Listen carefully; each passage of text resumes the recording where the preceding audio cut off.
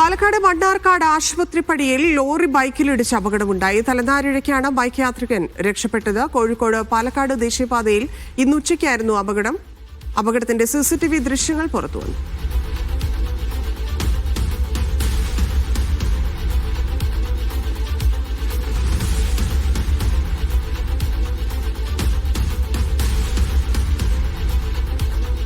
സാജിദ് അശ്വൻ ചേരുന്നു. സാജിദ്, എന്താണ് അപകടത്തിന്റെ കാരണം? പരിക്ക് ഗുരുതരമാണോ? ധന്യ, മണ്ണാർക്കാട് നഗരത്തിലെ ആശുപത്രി പടിയിലാണ് ഈ അപകടം ഉണ്ടായത്. ഈ ബസ് സ്റ്റോപ്പാണ്. നമുക്ക് ഒരു പ്രൈവറ്റ് ബസ്സും ഒരു KSRTC ബസ്സും ആദ്യം അവിടുന്ന് നിർത്തി പിന്നീട് പതുക്കെ എടുക്കുന്നത് കാണാം. വേഗത്തിൽ വന്ന ഒരു ടോറസ് ലോറിയാണ് ബൈക്കിൽ ഇടിക്കുകയും ബൈക്ക് യാത്രികൻ തെറിച്ച് വീഴുകയും ചെയ്യുന്നത്.